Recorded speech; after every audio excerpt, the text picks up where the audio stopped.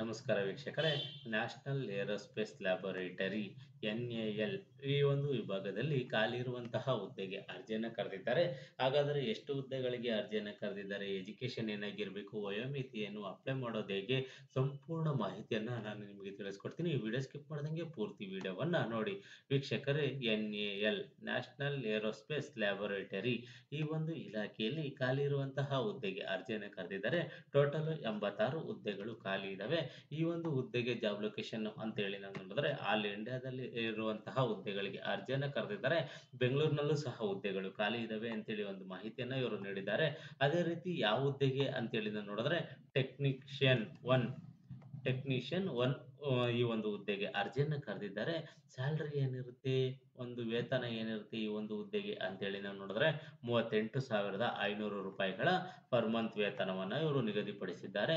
ಅದೇ ರೀತಿ ಈ ಒಂದು ಹುದ್ದೆಗೆ ಅರ್ಜಿ ಹಾಕ್ಲಿಕ್ಕೆ ಎಜುಕೇಶನ್ ಏನಾಗಿರಬೇಕು ಅಂತೇಳಿ ನಾವು ನೋಡೋದಾದ್ರೆ 10ನೇ ತರಗತಿ ಪಾಸ್ ಆಗಿರಬೇಕು ಮತ್ತು ಐ.ಟಿ.ಐ ಪಾಸ್ ಆಗಿರಬೇಕು. SSLC ಮತ್ತು ಐ.ಟಿ.ಐ ಪಾಸ್ ಆಗಿರೋರು ಈ ಹುದ್ದೆಗೆ ಅರ್ಜಿಯನ್ನು ಸಲ್ಲಿಸಬಹುದಾಗಿರುತ್ತದೆ.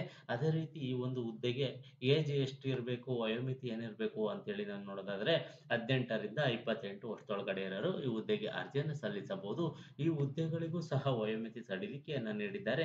ಅದೇನು ಅಂತೇಳಿ ನಾವು ನೋಡೋದಾದ್ರೆ OBC NCL ಅಭ್ಯರ್ಥಿಗಳಿಗೆ 3 ವರ್ಷಗಳ ವಯೋಮಿತಿ ಸಡಿಲಿಕೆಯನ್ನು ನೀಡಿದ್ದಾರೆ. SC ST ಅಭ್ಯರ್ಥಿಗಳಿಗೆ 5 ವರ್ಷಗಳ ವಯೋಮಿತಿ ಸಡಿಲಿಕೆಯನ್ನು ನೀಡಿದ್ದಾರೆ. PWBD UR ಅಭ್ಯರ್ಥಿಗಳಿಗೆ 10 ವರ್ಷಗಳ ವಯೋಮಿತಿ ಸಡಿಲಿಕೆಯನ್ನು ನೀಡಿದ್ದಾರೆ. ಅದೇ ರೀತಿ PWBD OBC ಅಭ್ಯರ್ಥಿಗಳಿಗೆ 13 ವರ್ಷಗಳ ವಯೋಮಿತಿ ಸಡಿಲಿಕೆಯನ್ನು ನೀಡಿದ್ದಾರೆ. ಅದೇ ರೀತಿ PWBD SC ST ಅಭ್ಯರ್ಥಿಗಳಿಗೆ 15 ವರ್ಷಗಳ ಒಂದು ವಯೋಮಿತಿ ಸಡಿಲಿಕೆಯನ್ನು ಸಹ ಇವರು ನೀಡಿದ್ದಾರೆ. ಅದೇ ರೀತಿ ಈ ಒಂದು ಹುದ್ದೆಗಳಿಗೆ ಅರ್ಜಿ ಶುಲ್ಕ ಏನಿರುತ್ತೆ, ಅಪ್ಲಿಕೇಶನ್ ಫೀಸ್ ಏನು ಅಂತೇಳಿ ನಾವು ನೋಡೋದಾದ್ರೆ SC ST PWBD ಮತ್ತು ಮಹಿಳಾ ಅಭ್ಯರ್ಥಿಗಳು, ಎಕ್ಸ್ ಸರ್ವಿಸ್ ಮ್ಯಾನ್ ಅಭ್ಯರ್ಥಿಗಳಿಗೆ ಯಾವುದೇ ರೀತಿಯ ಅರ್ಜಿ ಶುಲ್ಕವಿರುವುದಿಲ್ಲ. ಇವರು ಫ್ರೀಯಾಗಿ ಅರ್ಜಿಯನ್ನು ಸಲ್ಲಿಸಬಹುದಾಗಿರುತ್ತದೆ. ಆ ಅಭ್ಯರ್ಥಿಗಳನ್ನ ಬಿಟ್ಟು ಇನ್ನಿತರ ಎಲ್ಲ ಅಭ್ಯರ್ಥಿಗಳಿಗೂ ಸಹ 500 ರೂಪಾಯಿಗಳ ಒಂದು ಅರ್ಜಿ ಶುಲ್ಕವನ್ನು ಇವರು ನಿಗದಿಪಡಿಸಿದ್ದಾರೆ. ಇದನ್ನು ಆನ್ಲೈನ್ ಮುಖಾಂತರನೇ ಪೇಮೆಂಟ್ ಅನ್ನ ಮಾಡಬೇಕಾಗಿರುತ್ತದೆ. ಅದೇ ರೀತಿ ಈ ಒಂದು ಹುದ್ದೆಗೆ ಸೆಲೆಕ್ಷನ್ ಪ್ರೋಸೆಸ್ ಯಾವ ರೀತಿ ಇರುತ್ತೆ ಅಂತೇಳಿ ನಾವು ನೋಡಿದ್ರೆ ಟ್ರೆಡ್ ಟೆಸ್ಟ್ ಇರುತ್ತೆ. ಈ ಟೆಸ್ಟ್ ಅಲ್ಲಿ ಆಯ್ಕೆ ಆದವ್ರನ್ನ ಕಾಂಪಿಟೇಟಿವ್ ಇರುತ್ತೆ. ಕಾಂಪಿಟೇಟಿವ್ ಅಲ್ಲಿ ರಿಟರ್ನ್ ಎಕ್ಸಾಮಿನೇಷನ್ ಇರುತ್ತೆ. ಇದರಲ್ಲಿ ಆಯ್ಕೆ ಆದವ್ರನ್ನ ಇಂಟರ್ವ್ಯೂ ನಲ್ಲಿ ಆಯ್ಕೆಯನ್ನ ಮಾಡ್ಕೊಂತಾರೆ. ಈ ರೀತಿ ಸೆಲೆಕ್ಷನ್ ಪ್ರೋಸೆಸ್ ಅನ್ನ ಇವರು ಮಾಡ್ತಾರೆ. ಅದೇ ರೀತಿ ಈ ಒಂದು ಹುದ್ದೆಗೆ ಅರ್ಜಿ ಹಾಕ್ಲಿಕ್ಕೆ ಆರಂಭಿಕ ದಿನಾಂಕ ಯಾವುದು, ಕೊನೆಯ ದಿನಾಂಕ ಯಾವುದು ಅಂತೇಳಿ ನಾವು ನೋಡೋದಾದ್ರೆ 6/6/2025 ಆರಂಭಿಕ ದಿನಾಂಕವಾಗಿರುತ್ತದೆ. ಅರ್ಜಿ ಹಾಕ್ಲಿಕ್ಕೆ ಈಗಾಗಲೇ ಅರ್ಜಿ ಆರಂಭವಾಗಿದೆ.